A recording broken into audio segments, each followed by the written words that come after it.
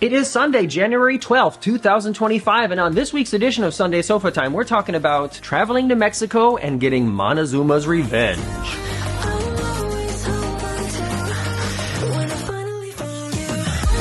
Welcome back to the very unofficial travel guides. How's your year going? It's already January 12th. Christmas is only like 50 weeks away. Are you tired of these all year jokes yet? I mean, like when you run into somebody and say, "Oh my gosh, we haven't seen each other all year." Or, "I haven't touched a drop of alcohol all year." They get kind of old by January 12th, don't they? It has been quite a while since I've sat down here on the red sofa for a story time video, and I decided today is the day. Originally, this format was Sunday story time, and I think I changed it into sofa time so it could be like a wider variety of topics. And the story I want to tell you today happened quite a while ago, probably in like 1996, when I was on tour with a theater company in the United States, and we went to Mexico for a night. If you're new here, I'm Morgan from the very unofficial travel guides. I've been making travel videos for over 15 years of popular and not so popular tourist destinations to give you a very honest, unofficial look at what it's like to be there. In a previous life, I was a professional actor, and there are a lot of stories about that in my new book, Places Please. It's available on Amazon now, and the story we're going to talk about is in this book, and in fact, I'm just going to read it for you. So if you're kind of on the fence about if the stories and details in here are something that might interest you, today's video will give you a good idea of what's inside. And before I forget, if you are one of the many people who've already picked up a copy, please go leave me a review on Amazon. There's still only 8 reviews, and that's only like 4% of how many people have purchased the book. So either you thought it was so bad that you just would rather not leave a review, or I don't know what the or is. But if you have read it, please go to Amazon and just leave a little review letting people know what you enjoyed about the book. So this story takes place in chapter 7, which is called Broadway NYC, talking about all the experiences I had while trying to work on Broadway. I needed to pay some bills, so I took a job with a smaller children's theater company that was touring the USA, and in the middle of the tour is where this story happens. I'm just going to jump right into it here on page 164. Ultimately, surviving tough experiences can really bond people together. And as if the tour in general wasn't challenging enough, our week following a stop in El Paso, Texas would put us all to the test. We were booked at the Plaza Theater, probably one of the most beautiful venues we would play on the tour. Our tiny set looked lost on the massive stage, but it felt legit being there, and we were all in great moods. Since El Paso is right on the border with Mexico, we decided it was the perfect opportunity to go out for some authentic Mexican food after the show.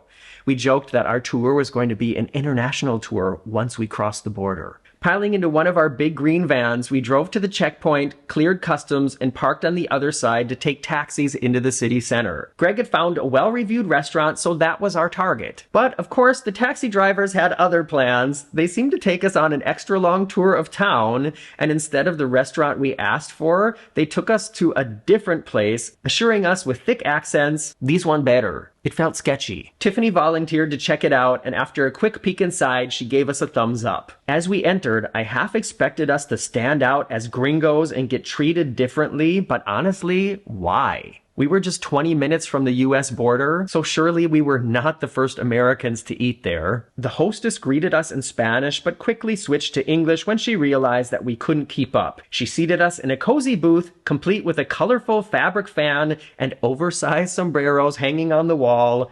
The vibe was just like home. And not long after, she brought us our menus, which were only in Spanish, but offered to help translate. I remember ordering cheese enchiladas, which was becoming my go-to. We shared a bowl of fresh tableside guacamole with warm totopas, and we split at least one pitcher of frozen margaritas. The highlight of the night was daring each other to try the hottest hot sauce they had, which, as we discovered, was not just hot, it was like torturous. And before leaving, the waitress brought us all a small shot of tequila, including one for herself. And I remember instead of lime and salt, it was served with orange and cinnamon, which was totally new to me. But we weren't about to turn down a free tequila. Afterward, we caught cabs back to the border, feeling satisfied and mildly buzzed, and absolutely not worried at all about the ice and ice water that we drank. Duh. Fast forward a few days, and we had moved on to a small town somewhere in the Southwest. I can't remember the name, but what I do remember, it was in a dry county, which means there was no alcohol served. Being the seasoned touring actors we were, we stopped at a liquor store along the way to stock up for poker night. Someone brilliantly bought a bottle of some cheap liqueur called Tattoo. It featured a label of two cartoon characters sticking their bright red tongues out at each other, reminiscent of a Kiss album cover. So that night in the hotel, we drank beers, we played poker, and someone eventually cracked open this bottle of Tattoo. It tasted like a mix of Pepto-Bismol and regret, and by the end of the night, all of us were sporting bright red tongues. That's why it was called Tattoo, because it dyed the color of the inside of your mouth. We were having a great time when I find out that the cast had a secret nickname for me, Enchilada. Partly because I always ordered them when we went out to eat, but also because when I slept, I wrapped myself like a burrito in the blanket. And by the way, I still do this. Marcus and I have separate blankets because I find it really hard to sleep under a blanket with another person. Anybody else out there like that? At some point, the night caught up with me and I called it a night early. I made it across the hall to my room, brushed my teeth in the bathroom that had hideous green tiles and a green toilet, and curled up in my blanket like an enchilada. But the moment I laid down, the bed started spinning. Okay, so I think most of you out there who drink or have drunk alcohol can relate.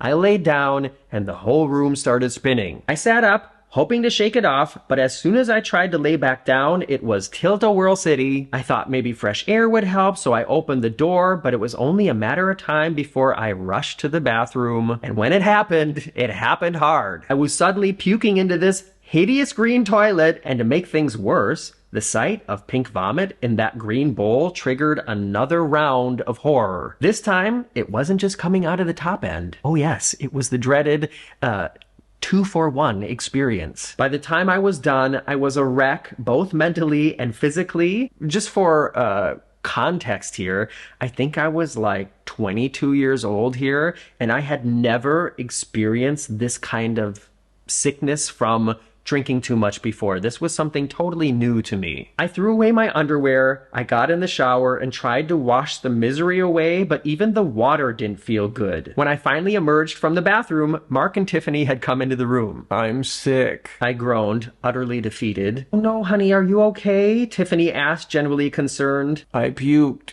and it was pink, and I pooped my pants. I just want to die." "Poor enchilada," Mark said sympathetically as he sat down and rubbed my back.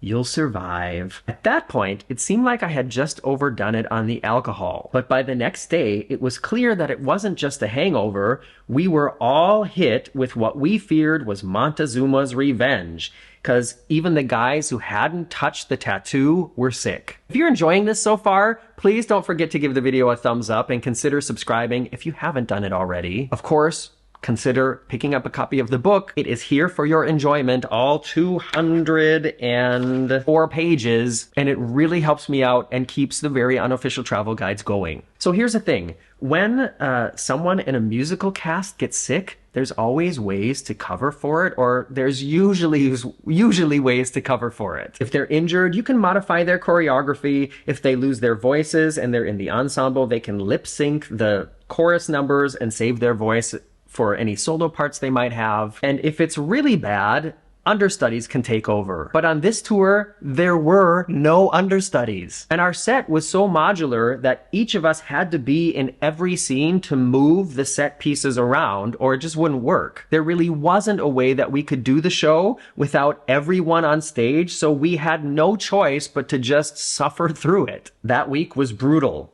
I wore 2 pairs of underwear on stage just in case. We'd glance across the stage, spotting each other sweating and clutching our stomachs, waiting for the next chance to dash to the bathroom. And miraculously, only one of us missed an entrance, but we were all pretty upset about it. Our mindset was something like, "How dare you not crap your pants on stage and make the rest of us stand here and improvise?" It was kind of harsh in hindsight, but you know, we were all on edge. The worst part was, it was one of those stretches with no days off. 5 days in a row of setting up, performing, tearing down, and moving to a new city. We stopped at every gas station to avoid accidents, which only made the drives longer. And then we were also getting less sleep because we felt terrible. And seeing a doctor wasn't an option. This was the days of the yellow pages. And since we were moving to a new city every day, it was next to impossible to schedule an appointment.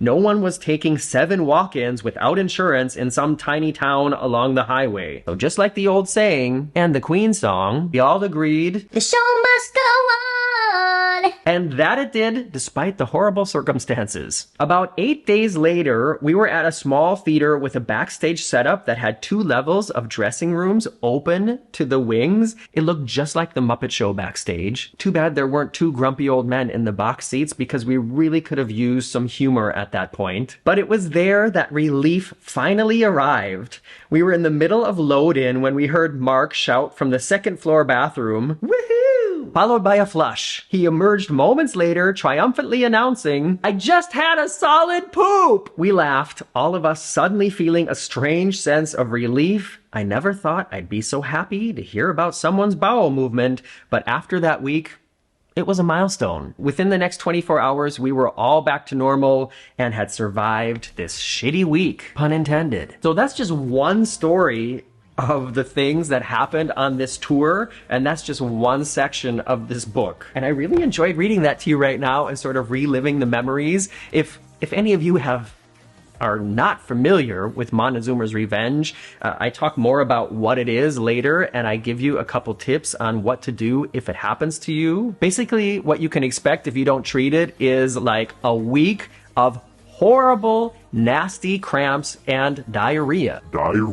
If you have like an office job or something where you can just get up and go to the bathroom whenever, easier to deal with. If you're on stage doing 2 performances of a musical in front of like 1,200 school kids every day, can be tricky. Have you ever had Montezuma's Revenge? Did it make your life miserable? Did it come at a time where it was really just not welcome? I mean, honestly, when is it welcome? Let me know your stories in the comments, and there's one thing I want to mention before I wrap this up today. Since my first book was published, which is Getting Stitches on a Cruise Ship, and now that this book is out, and I think especially now that I sat down and read part of it today, I get a lot of requests for people or from people hoping that I will produce it as an audiobook. And I just want to remind you again that unfortunately that's not possible. The amount of work involved in producing an audiobook and the amount of red tape that I would have to slice through in order to get it published online at popular places like on Amazon, it's unfortunately just not going to be worth it for me. So I have to disappoint you who love audiobooks. It's not coming. Sorry. But maybe in the future sometime I will read some more stories out of the book. It depends on if you let me know if you like this or not. All right, everybody. I hope you're going to have a fantastic Sunday today, or whatever day it is you choose to watch this video. I'm Morgan from the Very Unofficial Travel Guides. See you soon.